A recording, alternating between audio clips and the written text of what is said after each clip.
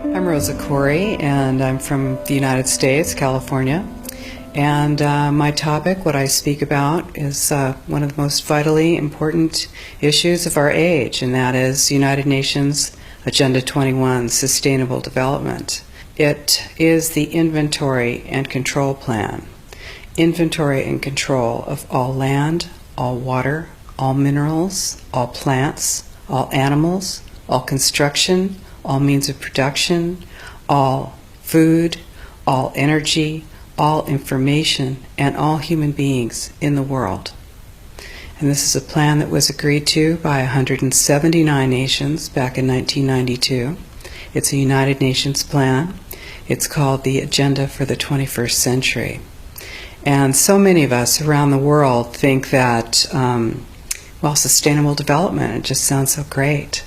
Isn't it about recycling and creative reuse and creating energy and food resources for everyone? And the answer is no, it really is not. It's about moving populations into city centers, concentrated city centers, and clearing them out of the rural areas. So I found out about it in a very unusual way, actually, because I spent my career as a legal witness, as an expert witness for the California Department of Transportation. I'm an expert in land use and land valuation. And so, of course, I was valuing property for the government so that the government could acquire that property for road projects. And what I found about 10 years ago, or 10 or 13 years ago, was that land actually, it was very difficult to say what it was worth because you couldn't know what people could do with it, because they were being restricted from using their property. And as I explored that and found that it wasn't just in the San Francisco Bay Area where I was working, it was in fact all across the nation and the world, I looked behind that and I found United Nations Agenda 21, Sustainable Development. The goal is to move everyone out of the rural areas and into the large cities, and to destroy representative government, and to move it into to government by unelected boards and commissions. Now here in the EU, of course, you've already moved to that position, where it's an erasure of jurisdictional boundaries, an erasure of national boundaries.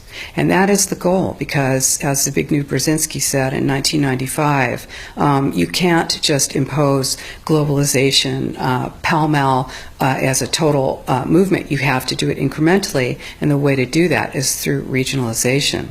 Every nation that signed on to Agenda 21 has its local Agenda 21 plan. People in the United States are completely unaware of this. If I go out and talk about this, the United States press attacks me and calls me a conspiracy theorist, which is totally ridiculous. It is a conspiracy, but it's not a theory. It's a fact. Here in Europe, it's openly spoken about, local Agenda 21. The principles are public-private partnerships, which is fascism. And this is how it's implemented on the ground, is through this joining together between corporations, non-governmental organizations, and governments in order to cut out the actual individual, your voter, and instead to take that to a level where we literally cannot penetrate. And this is the goal. So this is already far progressed in Europe.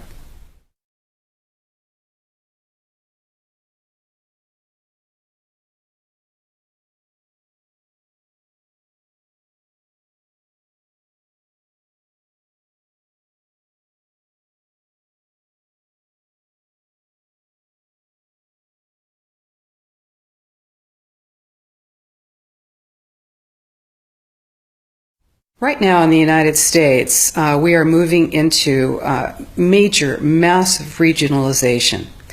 The United States has 50 states, and it's divided into cities, counties, and states, and then the federal government. Instead, Agenda 21 is top-down. It's global, regional, neighborhood, and none of those positions is elected. Now, what this truly means is if you tell people that they have to build only smart growth, high density development in an urban center, and then no development, no buildings, no residential, no commercial can happen outside of that very, very concentrated area. Then what do you have? You have a concentration camp of the future. This is exactly what it looks like. And you see, it's very much more subtle and much more sophisticated than it was when the Nazis were doing it. You are not going to get thrown on a train car. You'll have your family well monitored. You will have your energy restricted. You will have your school service cut, your sheriff's service cut. You will find that you are not able to get your goods to market, and then you have to move into the city, and then you will move into this high-density development that is subsidized with our property tax dollars, and pretty soon you will have the Wildlands Project, which is predicated on moving people out of the rural areas. And this is how it happens. So, people say, well, hey, nobody's getting me off my land. Well, it's very easy. No one's going to come to your door with a gun, but they will move you off your land, and you will be in the cities, and those cities will be full capability of surveillance, monitoring, and control. These buildings, these high-density buildings, are being built with a concept of eyes on the street. You become basically a deputized police adjunct.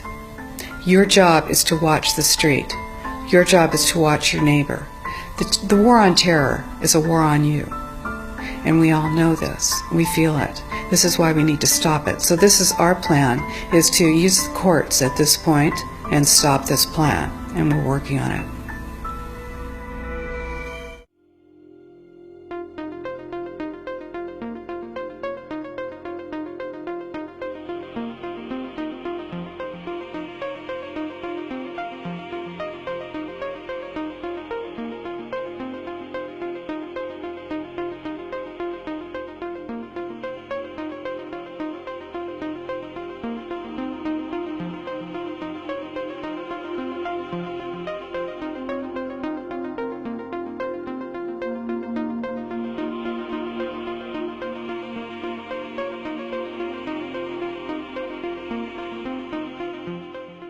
Smart meter is part of a much bigger picture and a much bigger design.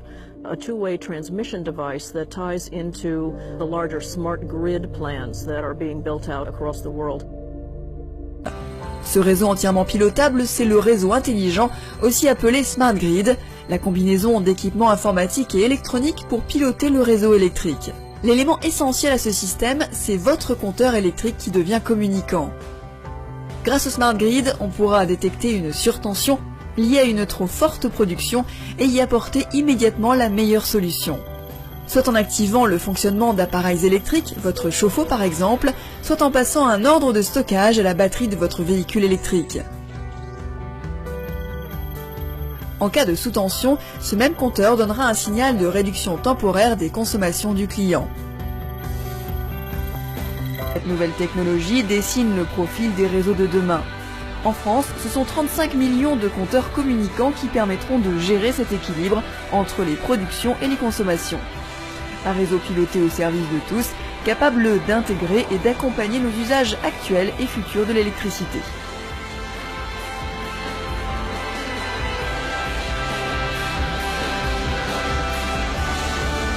The definition of a smart grid is a wireless system that will fundamentally turn every single appliance in your home into the equivalent of a transmitting cell phone. That's every computer, every television, every furnace, every air conditioner, every coffee machine, every printer, every single appliance that you have in your house will eventually, in a smart grid, have an antenna that's embedded into it that will transmit your usage data to a smart meter on the outside of your home that will then transmit your usage data to another tower receiving a usage signal that will then go to the utility company for supposedly billing purposes. Not all signals will just be about your individual use. There will be aggregate meters that will bounce signal from house to house to house within a neighborhood that will then accumulate all of the usage data that will transmit that to the utility company. Now, what that will do is that the end metering system that is transmitting all of that data will be firing an RF signal at many, many times a second, which will increase the average homeowner's radio frequency radiation exposure exponentially.